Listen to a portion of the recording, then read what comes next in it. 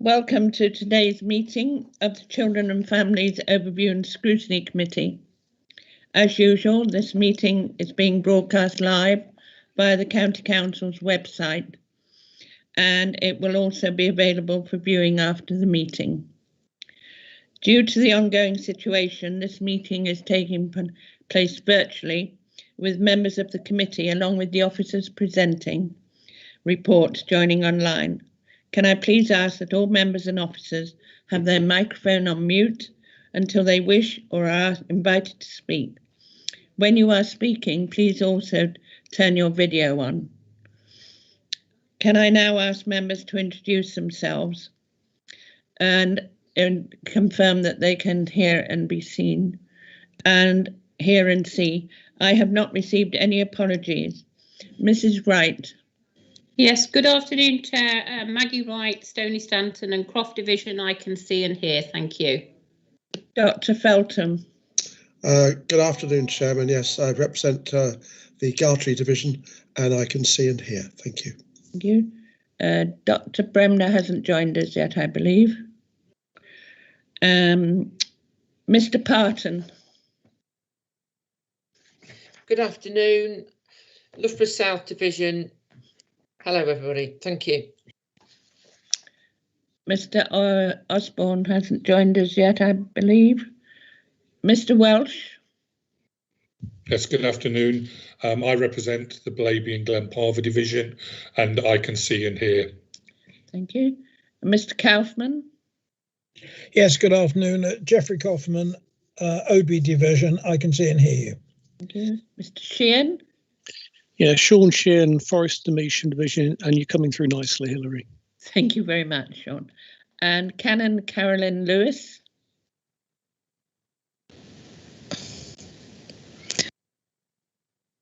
You're muted. Gone back to mute, Caroline. Struggling.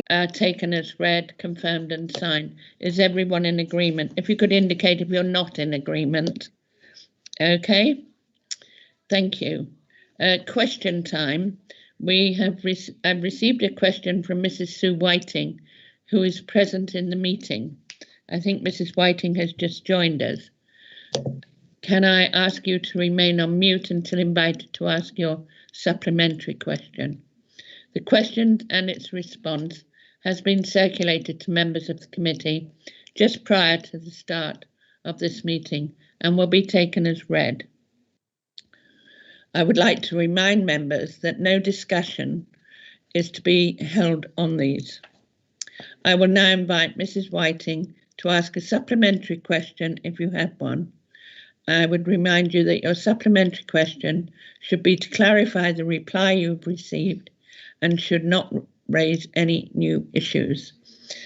Can I confirm that you can see, everybody can see and see Mrs. Whiting? Thank you.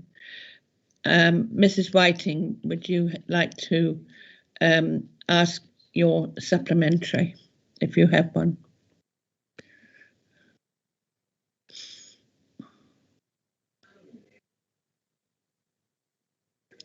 Thank you, Chair. I don't have a supplementary question as I only got the reply this morning. I don't know what happened, but thank you for the invitation to ask a supplementary question. Could I just make sure that my question and answer will be in the minutes for this meeting? Yes, they will, Mrs. Whiting. Thank you very much. Thank you very much. You're more welcome to stay if you wish. Thank you. Thank you. Now, item 3 are questions asked by members under Standing Order 7.3 and 7.5. I have received no questions from members. Item 4, advise of other items which the chairman has decided. I've not been notified of any urgent items and therefore don't have that one. Declarations of interest, item 5. Does any member have any interest they wish to declare? No, nobody's indicated any. So we'll take that as done. And presentation of petitions under Standing Order 36.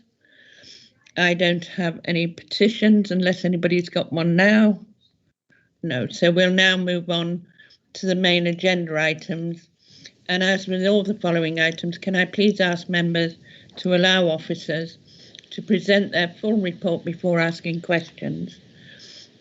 To indicate that you have a question, please use the raised hand signal, and I will call on you one at a time. To be sure everyone has their say, I will finalise by calling on all members to ask if you have anything further to add. And the first item on today's agenda is the review of the implementation of the Corporate Parenting Strategy 2019-22.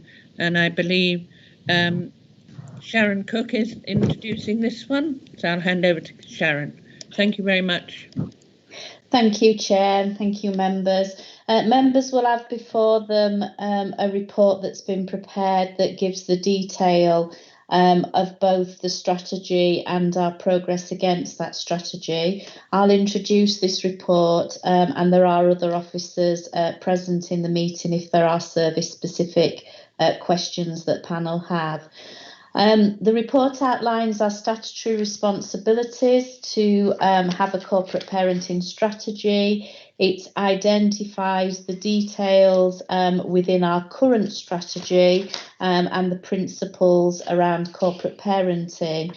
It then goes through on a service by service, item by item matter around the progress that's been made since this current strategy was approved by members in December of 2019. As members will note, shortly after the approval of this strategy, we moved into COVID-19 lockdown. So the report does give an overview of our service to children in care and care leavers during COVID-19. The report ends with a summary and outlines our next steps. Having given that overview, I'll open it to members for any particular questions that you may have.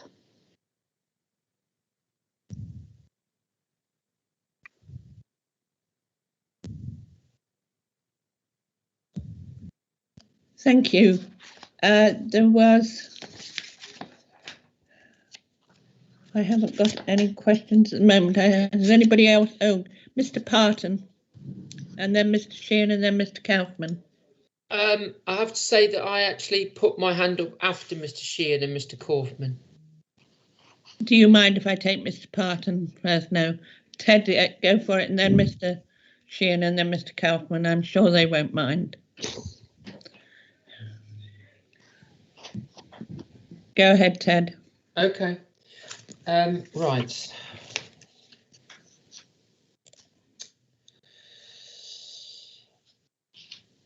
Right, sorry, let me just get the unfortunately you've just caught me at a bad moment. Okay, what has to come back to you, Ted? If you wouldn't mind, I've got my papers right, up. We'll sorry. go to Mr. Kaufman.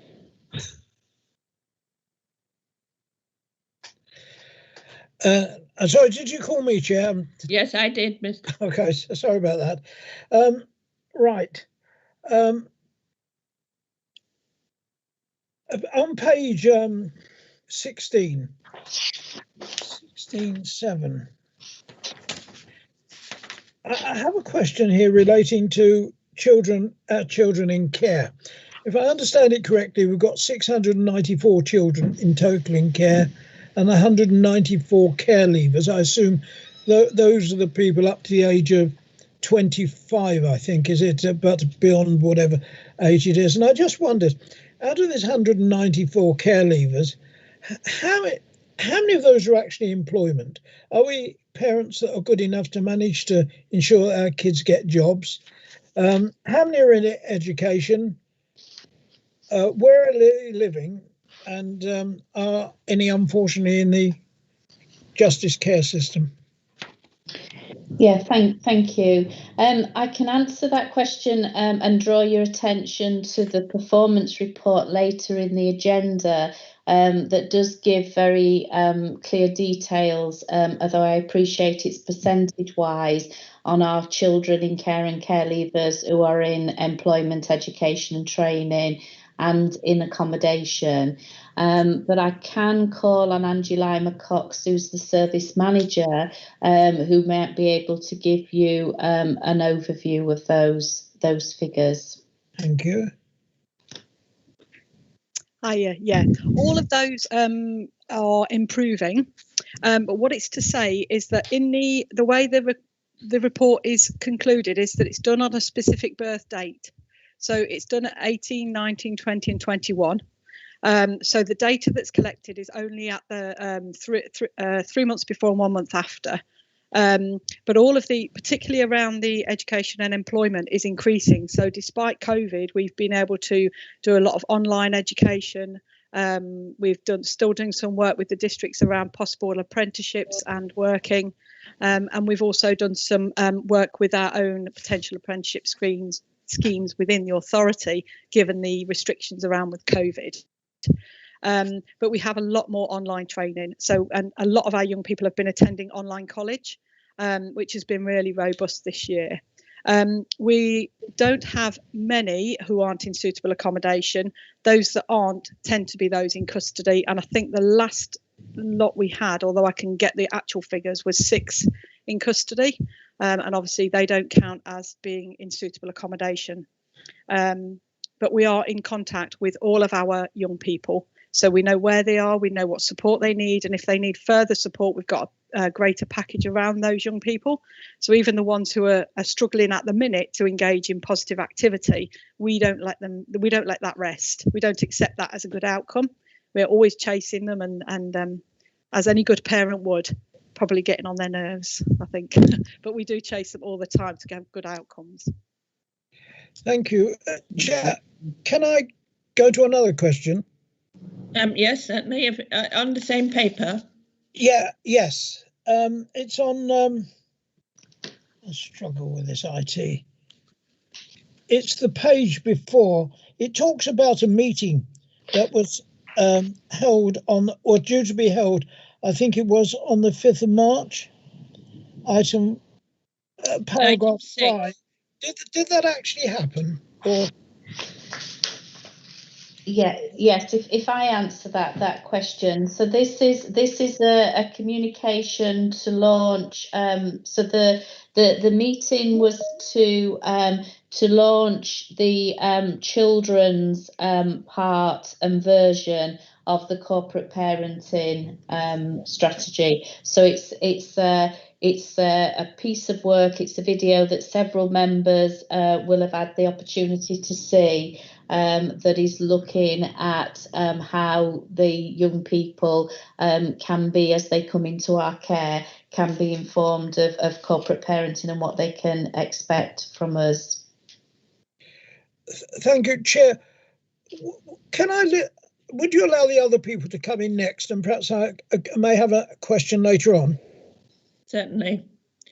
We'd like to, Mr. Parton. Great. The first question regards the on page 17. It says on the 3rd line below, in the 3rd line down, in addition to being a driver for Leicester's commitment to inspire, support and enable ambitious goals and success for its children. When I look at this this strategy, as with a lot of strategies that come through local authorities, there's always the feeling that when wording is used like that, does that mean that this is an upgrade on a previous policy, or have you taken things from previous policies?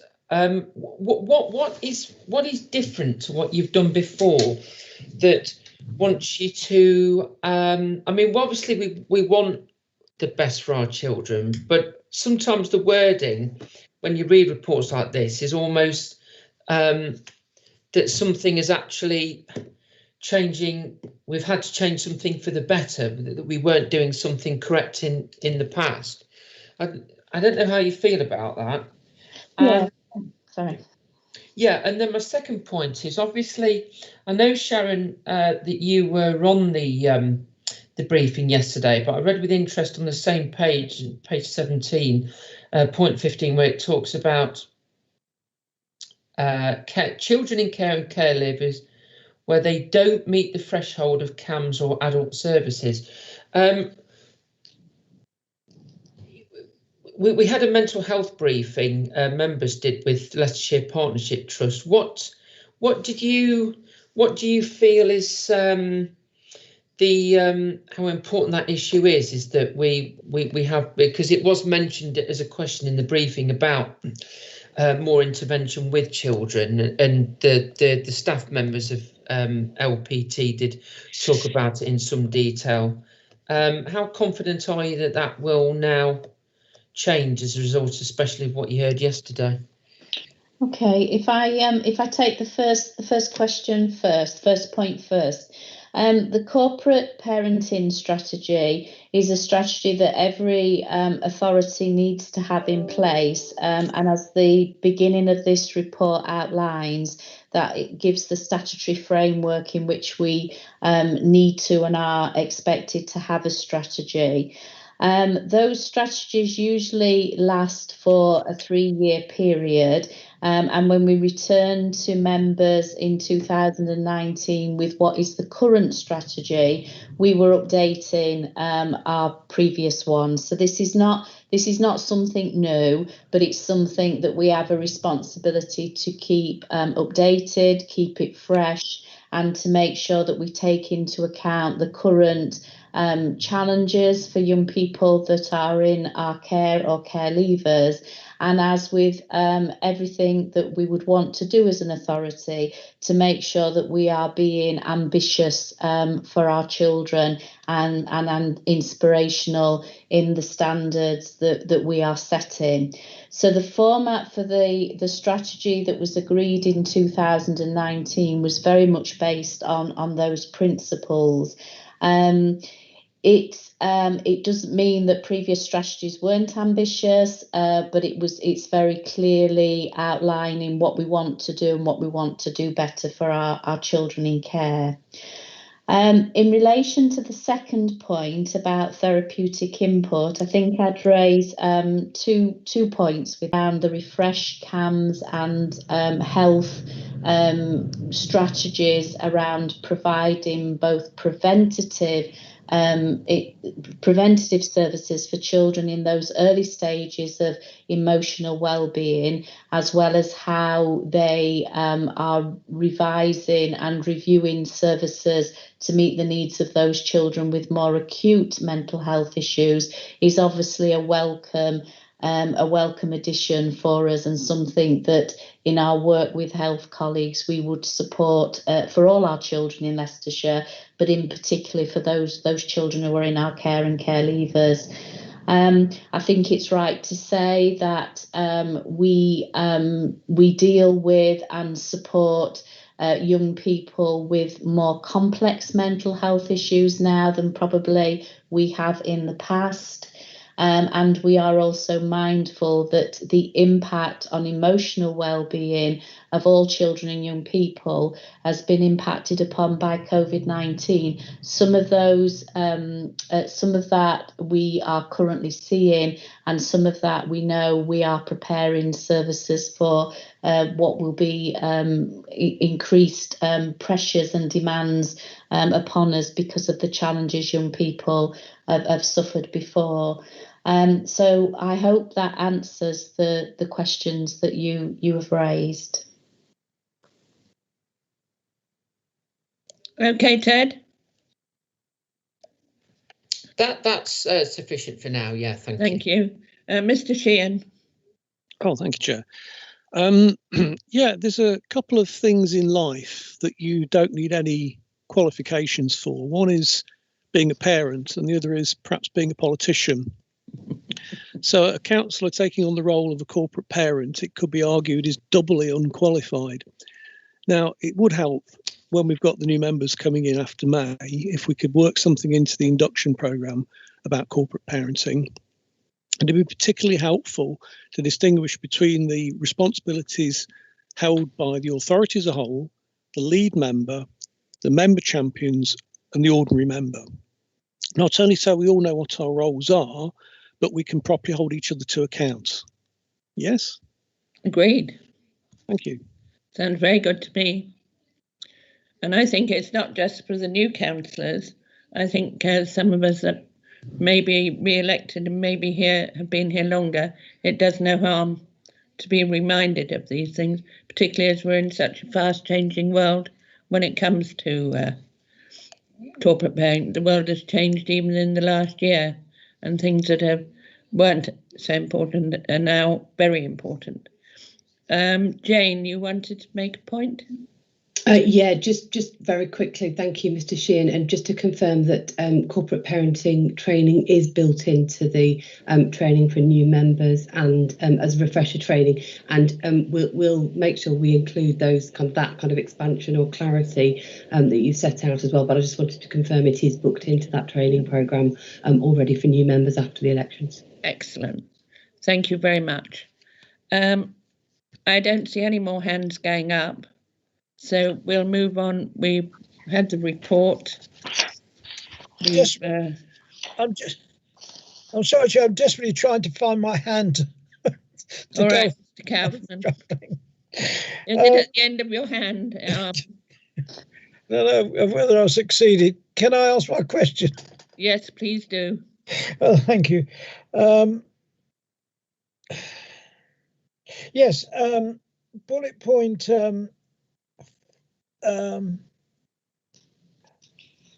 on page 17, 14 and 15, it talks about 15 children attending the virtual meeting.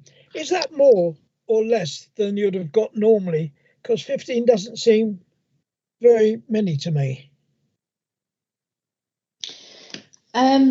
It can be it's a rough number of what we would normally get if there is an actual meeting as well. We have quite a number of young people in care and care leavers who attend our consultation councils, our supporting care leavers groups. So it can be the number that we would ordinarily get. There are a larger number of young people, so some attend some meetings, some are regular attenders, and some just come to some meetings. But it's an average number. Thank you. And finally, if I can understand my crib sheet, can I say I welcome the change of branding for the youth justice team. It's the right way forward. I just wondered, is there any legislation, or is it just our local idea that thought it was a good idea to change the name? It's one of those things that I wouldn't have thought of, but I'm so pleased somebody else had the idea of thinking about it. Yeah, it's something very much that authorities are looking towards, and it's something that's very much around for these young people being seen as children first. So the wording around youth justice, we're not the first authority to move to use that title. Okay, thank you. I'm finished now for this bit. Thank you. Thank you very much. So we've received the report. There's been a discussion. I see no more hands. So we'll move on to item 9, if we may, please, which is the Children's Innovation Partnership, the CIP. Thank you. Yes, so if I introduce this paper, and then I'm going to hand over to Nikki Collins, who's the Deputy Assistant Director, who will take you through an overview of the innovation partnership that we have with Barnardo's. This has been to overview and scrutiny on a number of occasions, but we are bringing this update for you. that will look at the progress of the partnership and give a specific overview of our residential redesign. I would just like to apologise to members that on page 29 under section D that refers to some financial information below, and that financial information isn't there. Nikki does have the information that she can give in her overview today, and we can, if necessary, submit that later to members. So Nikki, if I hand over to you. I've got to find my mic and hands now. Yeah, that's it. I think I've done it. I think you'll remember the background is I've been working with Bernardo's for some time, and one of the areas of work that Bernardo's assisted us with was to understand the profile of our young people in residential care, where they lived, what their needs were, and how and whether we could provide better for them. And the ambition was threefold. The sort of piece of work that our understanding that came out of that diagnosis, ambitious, was threefold. That our priority was to keep children local, so Leicestershire placements for Leicestershire children. That through doing that, there'd be continuity of services for them. So, for example, our children who go to live out of county have a break in provisions, like they have to change CAMS providers or school providers. And our third ambition was to reduce the costs and the spend through local provision. So we commenced that. That was agreed, that residential redesign was agreed with the budget envelope, and we've started looking for properties and identified 4. Unfortunately, that's 3 now, but the ambition is still to have 4. 1 property for under 16-year-olds in Leicestershire. That property that we had identified has fallen through because there was a covenant on the property, and which we couldn't resolve in a reasonable time or at a reasonable cost. So we are searching for a new property to replace that. We have a property in Hinckley for over 16-year-olds, a family assessment centre, which is a building already owned by Leicestershire, but will be converted to 3 flats so that parents and their children can live there while we undertake assessments and try and support them to remain together. And then a 4th building, which is a new build on a property in Colville, which will have 2 buildings on it. One, which is an assessment residential centre, where children will live for a short period, while the 5th initiative, which is ART, which is the assessment and resource team, will work with those children to understand their needs, so that when we find the right carers for them, they are the right carers. We understand what kind of care that they will need, and that will prevent breakdowns of placements, children having multiple moves. It will mean carers are more confident in meeting the needs of children with quite complex needs, and that the ART team will continue to deliver that support to make sure there's continuity of care to both the carer and the child. So just in terms of timeframes for the residential unit for under 16-year-olds and over 16-year-olds, our aim is to have those ready for occupation by the end of the year. And then for the 2 bigger builds, so the new build and the renovation of Welland House into a parent and baby or child unit, that will take approximately 18 months because of the extent of the build that is required. And just in terms of financial savings, what that will mean, so cumulatively the 4 buildings together and the ART project is projected to have a savings of between 800,000 and £1 million each year, but the payback period for each building is different. So building 1 and 2, the payback period is 3 years, for example. So each building has got a payback period of between 2 and 5 years. But after 5 years, the cumulative savings of the 4 buildings and the project, which includes ART, is 800,000 to £1 million each year. That's calculated on both residential costs. So we have our own residential, we're not using external providers, so there's a reduced cost there. And it's also calculated on the basis of staff savings, so staff not having to travel out of county, sometimes for very long distances. The furthest distance travelled is 180 miles to see a child, spend time with that child and try and support them. So significant staff saving costs are included in that amount. Entirely successful project. We're really enthusiastic about it and very pleased with the progress that we've made so far. Thank you. Thank you very much, Nikki, and thank you very much, Sharon. I have 2 questions. Mr. Sheehan.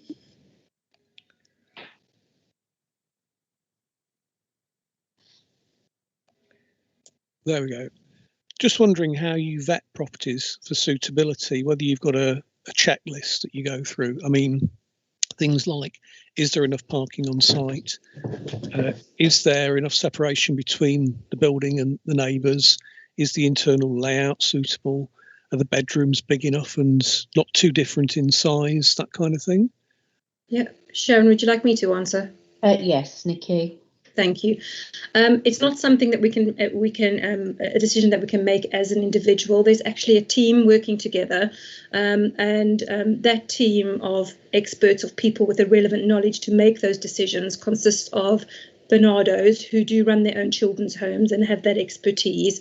Some of our own staff, operational staff, who've previously run children's homes for us, have joined that team to inform that decision. But we also are working with property services who have a wealth of experience, and they've brought architects on board to support us and help us with our planning. So no one person has been able to do it. We've brought a team of people together with the knowledge we need. But when it comes to parking issues, we are, anything that neighbours might be worried about, for example, we are open to hearing those. And we did have a public consultation on the property in Highfield, on the plans for the property. And one of the issues was parking. And although we feel we've got enough parking space on the property, because I think the neighbours are very worried about that parking spilling over into the road, what we'll build into the plan is how those parking spaces are used and how we manage and ensure that that isn't the case. So we don't plan to have more parking than the ones we've planned. We've planned, I think it was 10 parking spaces on the property. So we don't plan to have more, but we will build into careful management of how those spaces are used, which is just an example of the planning that we're putting into the 4 properties. Is that all right, Sean? Well, it mentioned one of the things that I raised. I mean, if we look at Welland House, I mean, when we visited there, we were parking opposite in the pub car park? It was that bad for parking in the area. But I'd be interested to know how you go about sorting out the suitability of the layout inside. I mean, you get modern properties that are advertised as 4 bedrooms, but you often find the 4th bedroom, particularly with more recent builds, is nothing more than a box room. And you may have to dispense with it, or if it's possible to make an alteration, combine it with one of the other bedrooms. I just wondered how you go about this process, and is there a standard that you have to abide by? That's okay. The standard that we abide by is the one that the architects help us for. So we give them the scope of what we need, what we require, what we need in the room. So, for example, in the parents and baby units, we need beds for the parents. We need cots for the children. We give them the scope of what we require to be in the bedroom. We also provide them with the scope. So if there's a communal area, and we've made decisions, for example, that the washing machines should be in a communal area, there wouldn't be one in each flat, then the architects help us design where those will go and make sure we've got sufficient space for everything that we need. So in the communal area, we'll need space not only for a kitchen, for those for washing their clothes, but also space when we training parents to maybe cook meals, healthy meals, prepare babies' bottles. There might be more than one parent group in that communal area. So the architects have helped us understand what sort of space he would need to meet those requirements. So we've been very careful in our specification for each building to set that out. In relation to parking, for example, in Welland House, I think that comes down to management again, because there are only 2 spaces in front of Welland House for parking for staff or however we need that to be. But there is public parking down the road, which is probably not more than a block away. And I don't think that the staff made people aware of that public parking. It is paid for parking, but at very low cost. That's not far away from Welland House. So that again is about the management of the home and not the design of the home. We know there's parking close by to Welland, and we need to make sure people who are visiting the home are aware of that parking. In relation to other areas, so for example, how we're going to decorate the home, you know, we know what furniture we need inside, but yeah, there might be things like if it's a children's home, what kind of a younger children's home, what kind of games we need inside, pictures, comforts, what the garden equipment looks like. We've made contact with our corporate parenting team, and they are going to help us identify young people who either in care or care leavers who have an interest in design, to work as part of a team to help inform what those purchases, what those colour schemes, what those pictures, what that garden equipment needs to look like. So we very much are on the road incorporating young people into that team to help us think of those areas. Is that all right, Sean? Yes, I mean, if ever I get the opportunity to visit one of these homes in the future, I shall have all these questions and answers in mind, of course, but we'll see. Okay. Deborah, did you want to come in before I go to the next three people who've questions? Right. Next person I have is Mr. Welsh.